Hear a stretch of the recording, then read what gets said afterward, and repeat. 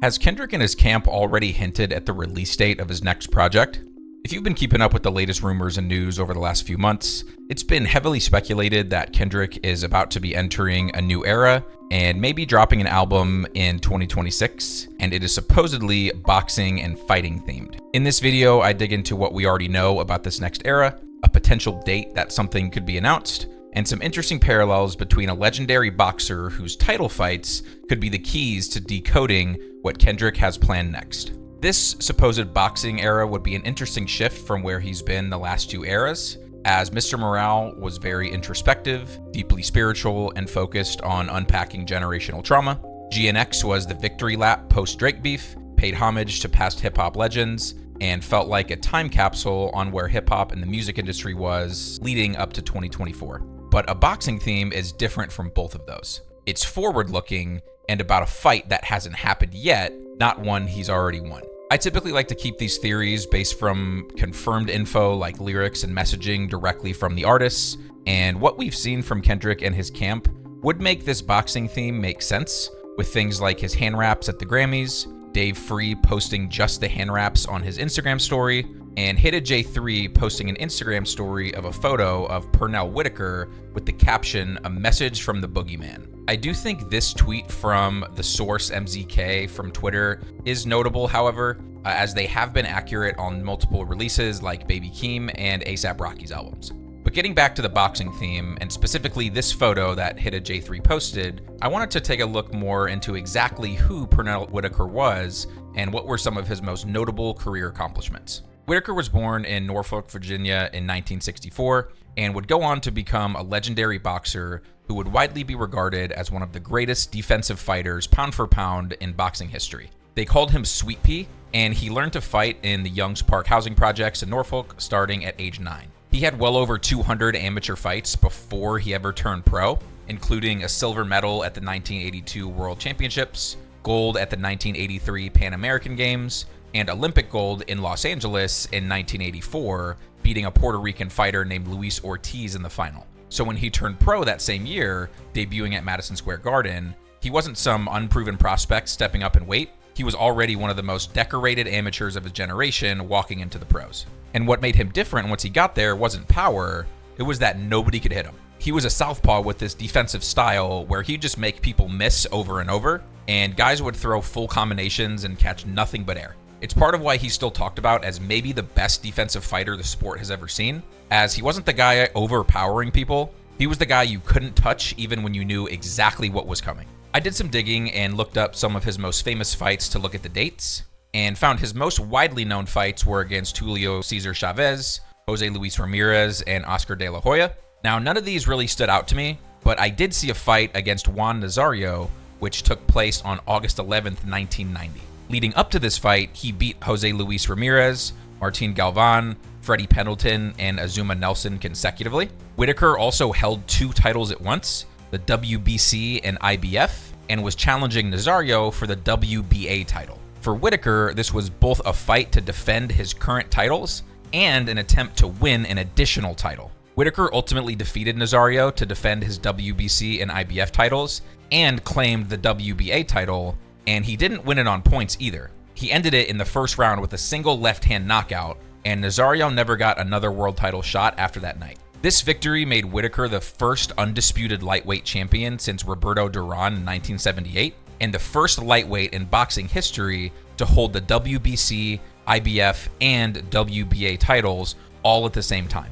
Now, it's worth sitting with how rare undisputed status actually is in boxing. When Duran unified the lightweight division back in 1978, there were only two governing bodies to worry about, the WBA and the WBC, as the IBF didn't exist yet. By the time Whitaker got there in 1990, the IBF had been around for years, which meant he had to clear three separate organizations, not two. So Whitaker isn't just the first undisputed lightweight champion since Duran, he's the first lightweight in boxing history to ever hold three belts at once. The bar had gotten higher, and he's the first one to clear it. Now, with all this context, let's look back at his fight that he won against Jose Luis Ramirez from August 20th, 1989, almost a full year before his 1990 fight against Nazario. This was a highly significant fight in Whitaker's career because not only was this a rematch from a controversial loss earlier in his career, but this fight allowed Whitaker to retain his IBF title and claim the WBC lightweight title. And that first loss to Ramirez happened in France in 1988, and it's still considered one of the worst decisions in boxing history. Whitaker broke his hand early in the fight and had to fight the rest of it one-handed, and most people who watched it, including a lot of boxing historians since, thought he won clearly anyway and just got robbed by the judges. So when he got Ramirez back in the ring over a year later, this time in his hometown of Norfolk, it wasn't just a title opportunity, it was Whitaker settling something. Beating Ramirez made Whitaker a unified champion by holding 2 titles at once, which was highly significant as it paved the way for his undisputed status, and this victory was the crucial second step in his quest to fully unify the weight class. Just 1 year later, on August 11, 1990, Whitaker would beat Nazario to win the WBA title and officially become the undisputed champion and the first lightweight to ever hold all 3 belts at once. Now, how does this all relate to Kendrick? Well, you can draw multiple exact parallels from both Whitaker and Kendrick's careers, and some of Whitaker's fights to how Kendrick and the hip-hop landscape have been moving over the last couple years leading up to today. First, looking at their careers, it's worth pointing out how undersized Whitaker was for what he accomplished. He stood 5'5", short for even a lightweight, and he was giving up reach in almost every one of his big fights. Guys like De La Hoya and Chavez had more length and more raw physical tools than he did, but what Whitaker didn't have in size, he made up for in footwork, angles, and ring IQ. He'd slip a shot by inches, get in and out before you could react, and just outthink guys for 12 rounds instead of trying to outmuscle them. And look at Kendrick. He's 5'6", shorter than basically every major rapper he's ever gone up against. And the way he wins isn't through sheer star power or overwhelming numbers. It's the exact same thing: technical precision.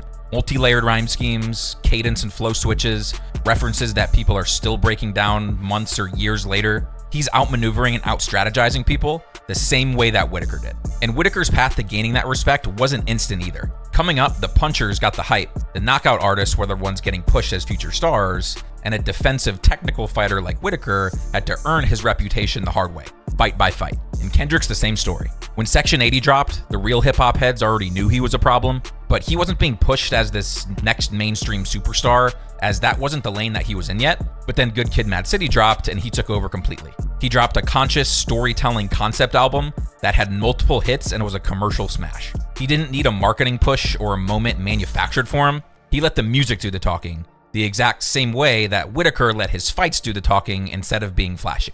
And when we're still thinking about the careers, one of the strongest parallels is how both of them actually fight. Whitaker built his whole reputation as the defensive expert, the guy who wins on points and who outthinks you for 12 rounds. But when he needed to, he had the one-punch knockout in him too, because that's exactly what happened against Nazario. He had every tool in the arsenal, and he pulled out the right one at the right moment. And Kendrick did the exact same thing across the entire Drake beef.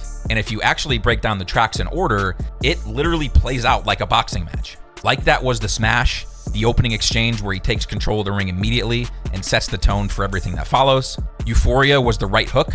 It hurt, it rattled Drake and sent him a message that Kendrick would take this as far as it needs to go, and it kept him in full control of the pace. 616 in LA was a back-to-back combo, another warning shot basically telling Drake, if you go there, I will hurt you. Meet the Grams was the body blow, the shot that doesn't end the fight on its own, but breaks you down and sets up the knockout that's coming next. And then Not Like Us was another back-to-back, the complete knockout, the one that actually ended it with absolutely no contest or ability to dispute it. Kendrick's known for his technical ability, his wordplay, his structure, the same way Whitaker was known for his defense, but both of them had a finishing move sitting in the back pocket the whole time, and they knew exactly when to use it and exactly how to build up to it round by round instead of just throwing haymakers from the first bell. Now, with this in mind, when we think about the 2024 back and forth, that was the title fight. The Whitaker-Ramirez fight from 1989 is Kendrick versus Drake in 2024. Whitaker defeats Ramirez by a dominant 12-round unanimous decision, making him a 2-title champ and paving the way for him to reach undisputed status. Kendrick decidedly beats Drake in their back and forth, giving him the title of the best of his generation and paving the way to contend for the greatest of all time. Now, when we think about Whitaker's run after the Ramirez fight, there is another parallel that his following 3 fights against Galvin, Pendleton, and Nelson, which he won, are the commercial and critical success of GNX, the record-breaking Super Bowl performance and sold-out stadium tour. Because think about what that run actually looked like in real time. GNX drops in November 2024 to both critical acclaim and commercial dominance. A few months later, he's headlining the Super Bowl halftime show in front of the biggest audience television has to offer, and he closes it out by performing the song that caused so much quote-unquote emotional damage to Drake that he filed a lawsuit over it on the biggest stage in the world. Then he goes out on the Grand National Tour and sells out stadiums across the entire globe. That's 3 straight defenses of the title he just won, exactly like Whitaker beating Galvin, Pendleton, and Nelson before he ever even got to Nazario. And now the fight against Nazario mirrors where we are today. Kendrick is coming off his title fight victories and is now contending for undisputed status. Going into this fight, Whitaker held the WBC and IBF titles, Nazario held the WBA title, and Whitaker's victory solidified him as the undisputed champ and the first lightweight to ever hold all 3 titles at once. So is this Kendrick boxing era his attempt to solidify himself as the undisputed greatest of all time? And to wrap all this up, let's go back to Hit J3's Instagram story. Again, it literally said, quote unquote, a message from the boogeyman. So allegedly, it's coming from Kendrick directly. So I looked into this specific photo of Whitaker to see when it was from. And can you take a wild guess what date it was taken and what fight it was from? Well, this photo is from August 11th, 1990, which is the date of the Whitaker-Nazario fight, the exact fight that made him the undisputed lightweight champion. And back to the source tweet, they claim new Kendrick music is coming, quote unquote, very soon. And if we look at the calendar, August 11th falls on a Tuesday, which if you followed music release schedules recently, Tuesdays have been becoming a popular release day for artists as it allows them to dominate conversations all week and into the weekend, compared to the traditional Friday releases, which has been the industry standard for a while. Kendrick and PG Lang have already experimented with this as they debuted Imani Imani's album on a Tuesday. And it's not just PG Lang testing this either. More and more artists have been moving away from Friday drops, specifically because Friday gets flooded, every label schedules around it, so your rollout gets buried in a sea of other releases by Monday. But a Tuesday drop with no competition means the news cycle, the reaction videos, the first listen content, all of it belongs to you for days before anyone else's Friday release even lands. Now, obviously, Kendrick is a global superstar, and he's been trending every single day since 2024 anyway, so he can drop any day at any time and still dominate the conversation. But I think the fact that August 11th is on a Tuesday is significant enough to mention. And of course, I'm not certain on an entire album dropping on this date, but it seems that this date is one to watch closely. So with all this said, let me know. Do you think the August 11th dates and parallels make sense? If not, when do you think he might be dropping something for the next era? What do you think this boxing era could look like? Does it mean more direct shots and beef, or is it more like a dominating the industry angle? I personally think it's the latter. I don't really see him igniting more back and forth beef and think it's more general competition, but of course we'll see. And if this is really the quote unquote undisputed era, who is he even fighting at this point? Like, Drake already lost, so who's left standing to fight for the title? As always, drop a comment and let me know your thoughts. I try to reply to as many comments as I see, so drop in the comment section what you think, and I appreciate you watching.